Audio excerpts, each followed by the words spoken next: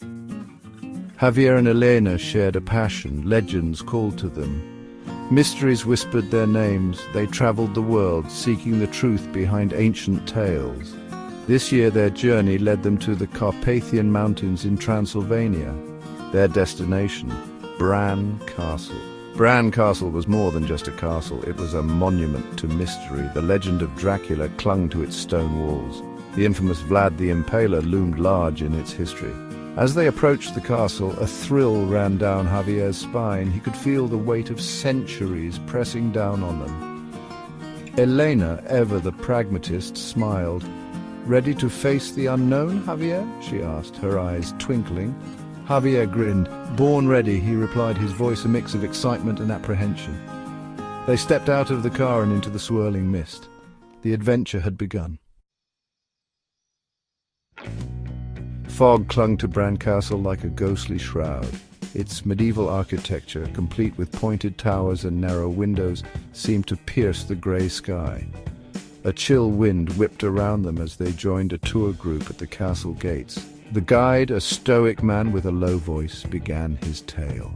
"This castle," he intoned, his voice barely a whisper, "has seen centuries of history. It has housed kings and queens, but its most infamous resident is Vlad the Impaler." He pointed to a portrait of a stern-faced man with piercing eyes. Javier felt a shiver run down his spine. The eyes in the portrait seemed to follow him.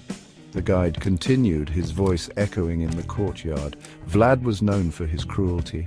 Legend has it that he impaled his enemies on stakes and feasted in view of their corpses." Elena listened intently, her gaze darting around the courtyard, absorbing every detail. Javier, however, couldn't shake the feeling of unease. The fog seemed to be pressing in, the air growing heavier with every word the guide spoke. There was a palpable darkness here, a sense of history that went beyond the stones and mortar. As the tour progressed, they ventured deeper into the castle. Each room they entered was colder and darker than the last. A heavy silence hung in the air, broken only by the creaking of floorboards beneath their feet. Javier noticed Elena was unusually quiet. He placed a hand on her shoulder. "You all right?" he whispered, his voice barely audible in the stillness. Elena offered a small smile. "Just taking it all in," she replied, her eyes scanning the dimly lit room, but Javier could see the flicker of unease in her gaze. The castle's oppressive atmosphere was getting to her too. They entered the armory. Ancient weapons gleamed under the weak light filtering through narrow windows. Javier could almost hear the clash of steel, the screams of battle. He imagined Vlad the Impaler, clad in black armor, his face a mask of fury. As they moved from room to room, Javier became aware of muffled sounds, a soft whisper here, a rustle of fabric there. He couldn't be sure if it was the wind playing tricks on him or something else. He kept these observations to himself, not wanting to alarm Eleanor. But a sense of unease was growing in his gut. The tour ended in the castle's grand hall.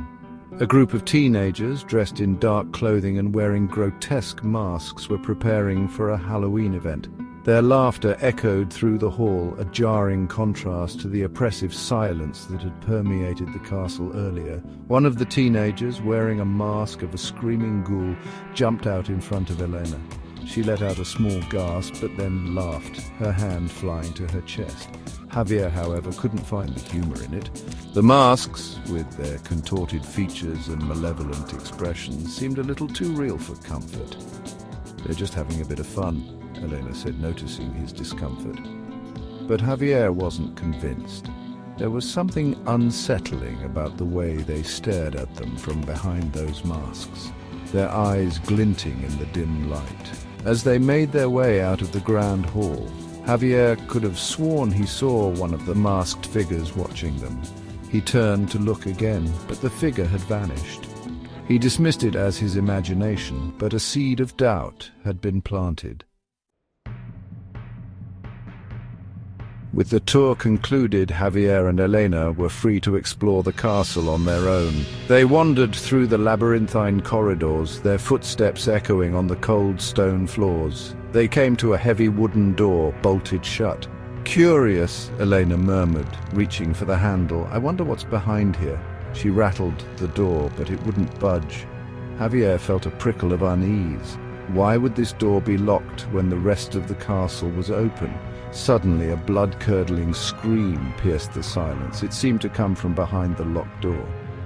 Elena and Javier exchanged a look of alarm. "Hello!"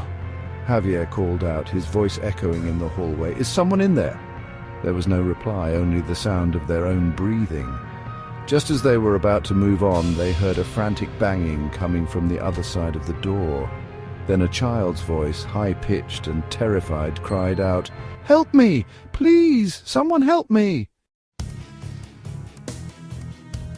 Panic surged through Javier.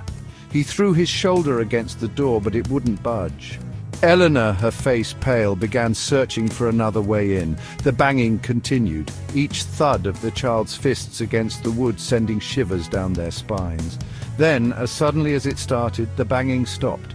Silence descended once more, heavier and more oppressive than before. Javier and Elena stood frozen, listening intently. They could hear their own heartbeats pounding in their ears. A low whisper, barely audible, seemed to emanate from the walls themselves. Javier couldn't make out the words, but the voice sent chills down his spine. It was cold, ancient, filled with a malevolence he had never encountered before. Elena grabbed his arm, her fingers digging into his flesh. "We need to get out of here," she whispered, her voice trembling. "Now!" Javier needed no further urging. They turned and fled back down the corridor, their footsteps echoing in the silence. They ran through the castle, their breath catching in their throats. The air grew colder, the shadows deeper. Every flicker of movement, every creak of the floorboards sent their hearts racing. They could hear the whisper again, following them, seeming to slither along the walls. "This way," Elena gasped, pulling Javier down a narrow staircase. They stumbled down the steps, their feet slipping on the worn stone. They emerged into a vast echoing chamber. Cobwebs hung from the ceiling like ghostly shrouds, and the air was thick with the smell of decay. A figure moved in the shadows at the far end of the chamber. Tall and gaunt, it seemed to melt into the darkness as they watched. Javier felt a surge of adrenaline. He grabbed Elena's hand and sprinted towards the far wall, where he could see a faint glimmer of light. They reached a small arched doorway and burst out into the night. Cold air stung their lungs as they stumbled into the castle courtyard. They didn't stop running until they were safely outside the castle gates. They stood there for a moment, catching their breath, the cool night air calming their racing hearts. Javier looked back at the imposing silhouette of Bran Castle silhouetted against the moonlit sky. The fog had cleared, and the castle seemed to loom over them, its windows like watchful eyes. As they watched, the heavy wooden door they had discovered earlier swung open with a groan. Javier and Elena exchanged a look of disbelief. There was no one there.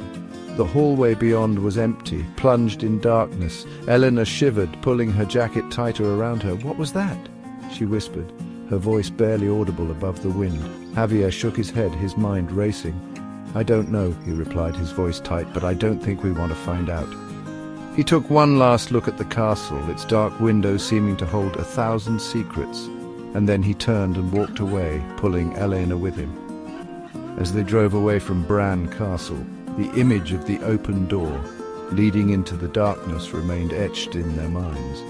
They had come seeking adventure, but they left with a chilling sense of unease. The mysteries of Bran Castle, it seemed, were best left undisturbed.